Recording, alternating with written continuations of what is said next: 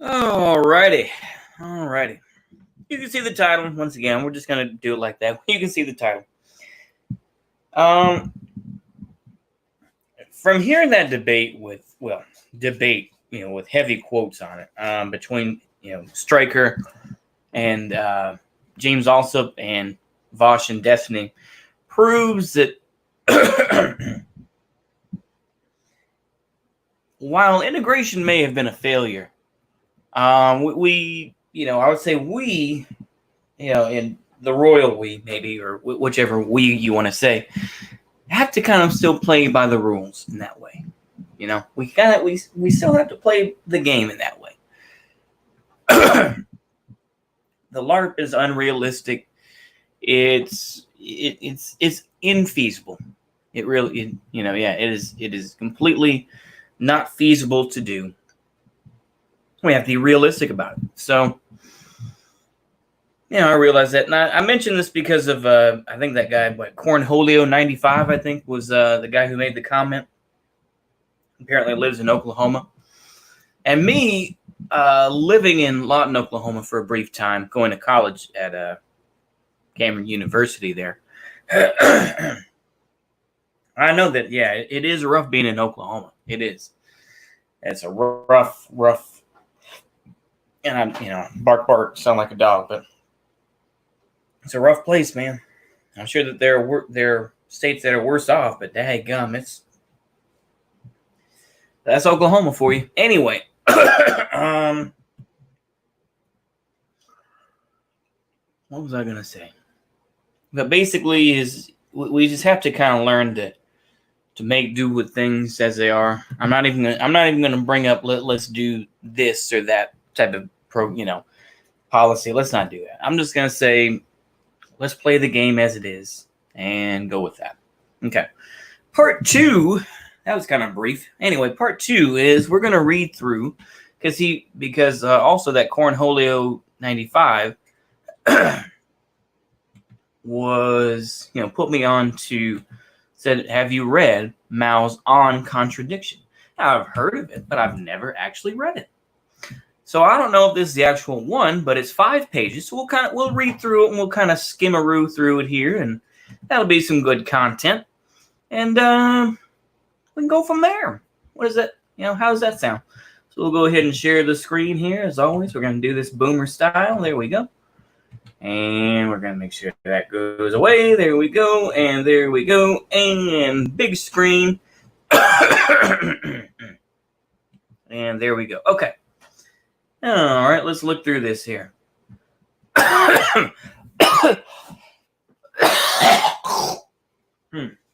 Sorry.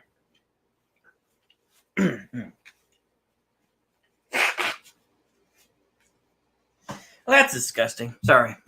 All right. So Mao on Contradiction, August 1937.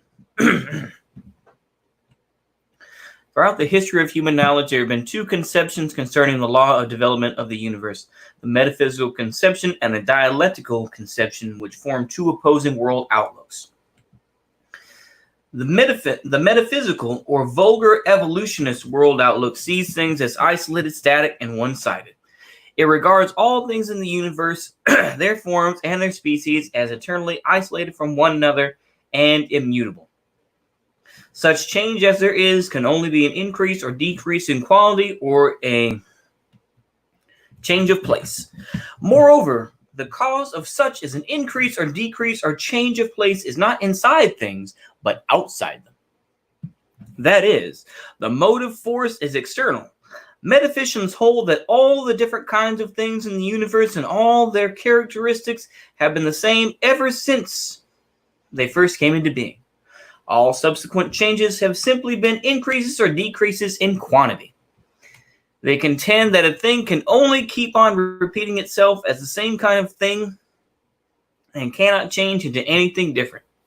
In their opinion, capitalist exploitation, capitalist competition, the individual's ideology of capitalist society, and so on, can all be found in ancient slave society or even in primitive society and will exist forever unchanged. I guess I would be a metaphysicist then, at least currently. Because I ultimately say the game doesn't change, it's just the players, and that to a certain point, these types of things will always exist to a degree. Where I would disagree already here is that, yes, things do change, and that, and their characteristics have been the same ever since they first came into being. Well, look, I mean,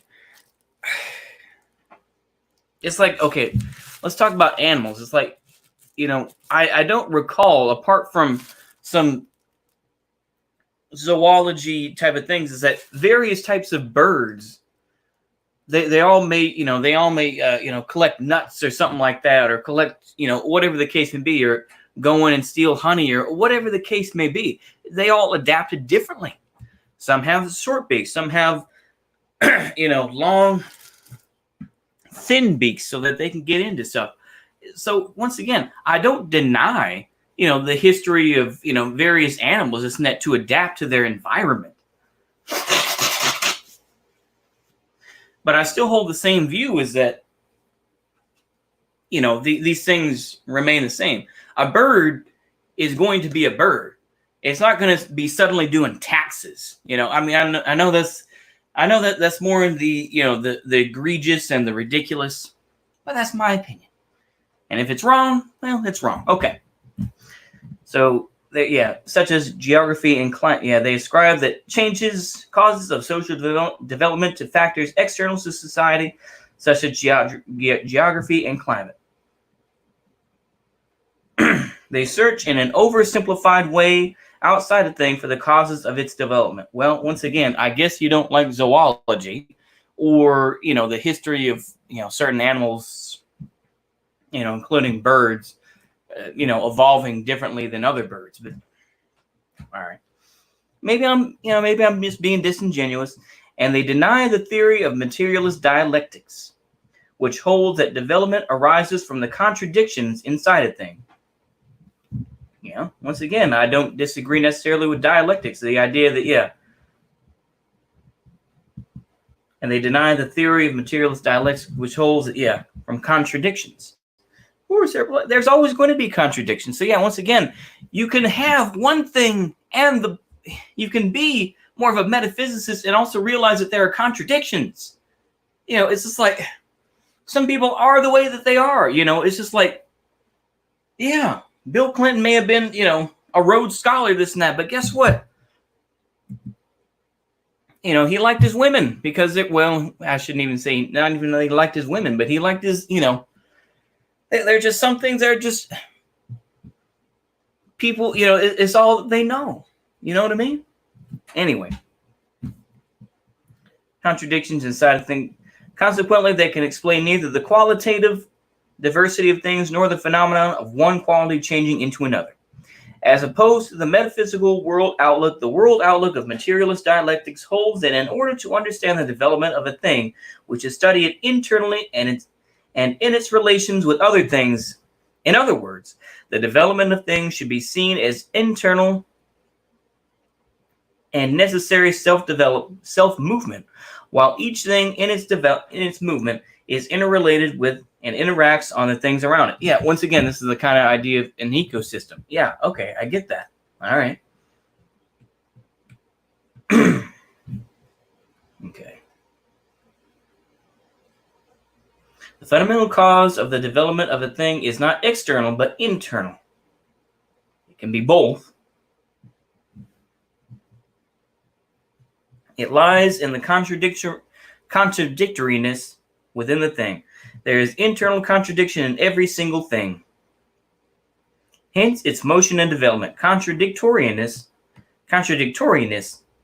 within a thing is the fundamental cause of its development, while its interrelations and interactions with other things are secondary causes. As a matter of fact, even mechanical motion under external force occurs through the internal contradictoriness. That's the weirdest yet. Of things. Simple growth in plants and animals. Okay, this is what, we were kind of talking about this already. Their quantitative development is likewise chiefly the result of internal contradictions. Similarly, Social development is due chiefly not to external, but internal causes.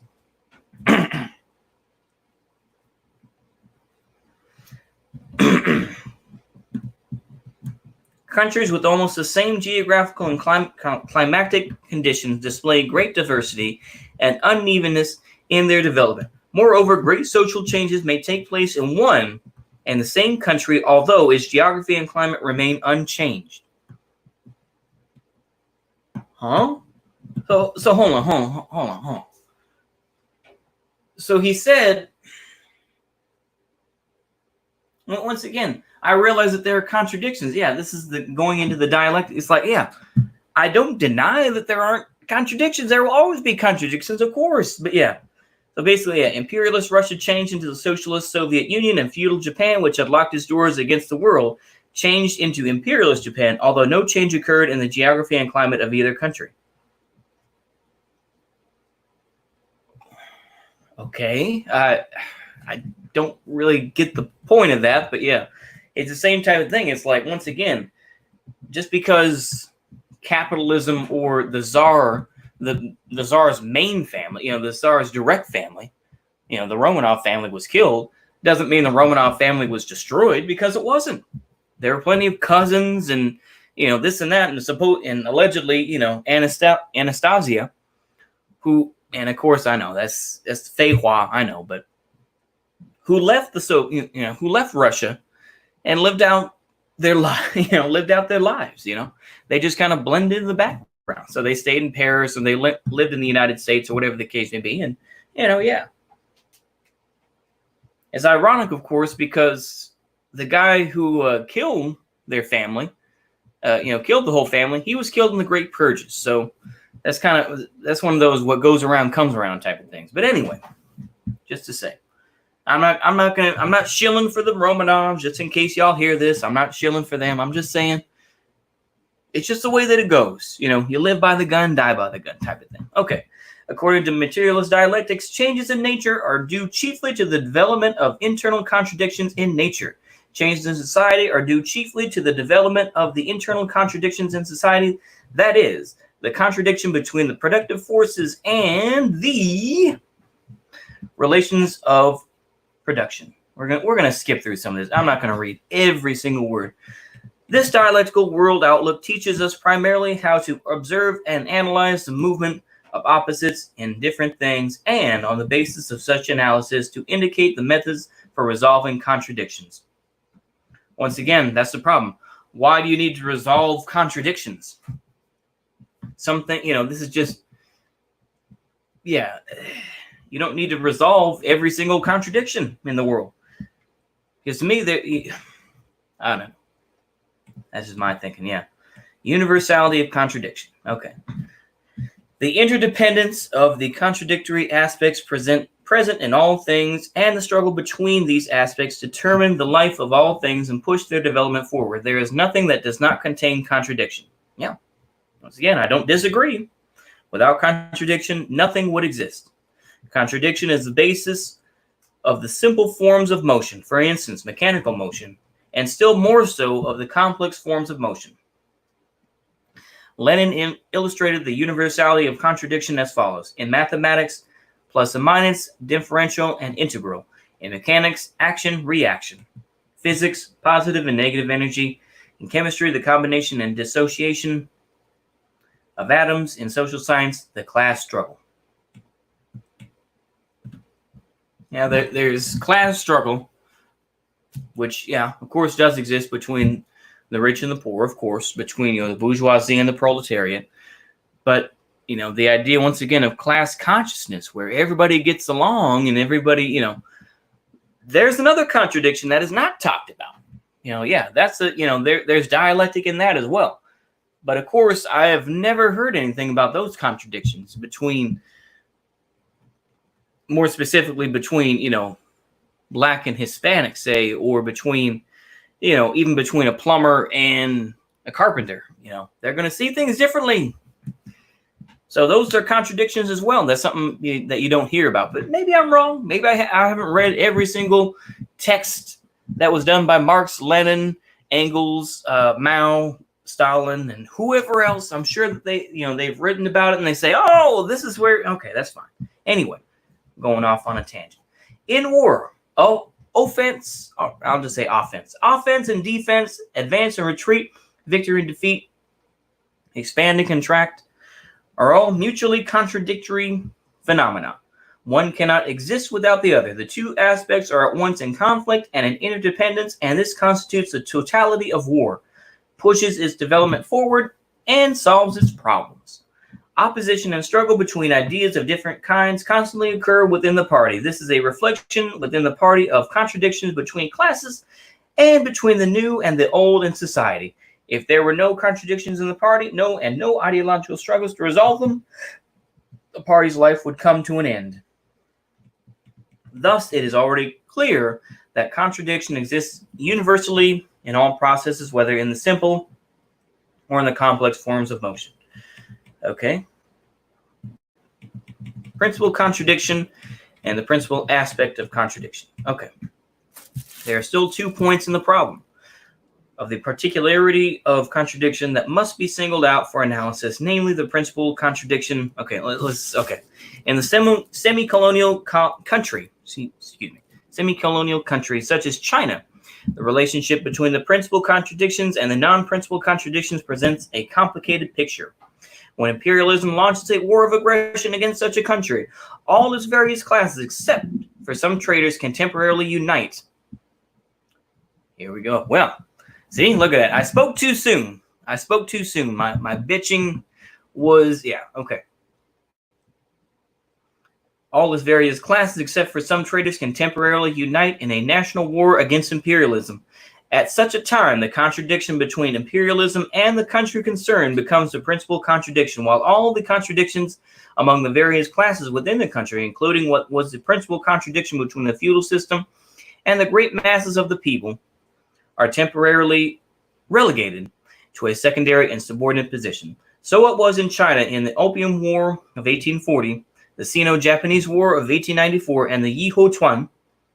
This is, the Boxer War of 1900. And so it is now the present Sino-Japanese War. But in another situation, the contradictions change position when imperialism carries on its oppression, not by war, but by milder means. Okay. 1911. Okay. Whatever happens, there is no doubt that okay. Okay. The place of antagonism in contradiction. The question of the struggle of opposites includes the question of what is antagonism. Our answer is that antagonism is one form, but not the only form of the struggle of opposites. In human history, antagonism between classes exists as a particular manifestation of the struggle of opposites. All right? Consider the contradiction between the exploited and exploiting and exploited classes. Such contradictory classes coexist for a long time in the same society, be it slave society, feudal society, or capitalist society, and they struggle with each other. But it is not until the contradiction between the two classes develops a certain stage that it assumes the form of open antagonism and develops into revolution. Before it explodes, a bomb is a single entity in which opposites coexist in given conditions. The explosion takes place only when a new ignition is present. An analogous situation arises in all those natural phenomena which finally assume the form of open conflict to resolve old contradictions and produce new things. It is highly important to grasp this fact. It enables us to understand that revolutions and revolutionary wars are inevitable in class society, and that without them, it is impossible to accomplish any leap in social development and to overthrow the reactionary ruling classes, and therefore impossible for the people to win political power. Communists must expose the deceitful propaganda of the reactionaries, such as the assertion that social revolution is unnecessary and impossible. They must firmly uphold the Marxist-Leninist theory of social revolution and enable the people to understand that social revolution is not only entirely necessary, but also entirely practicable,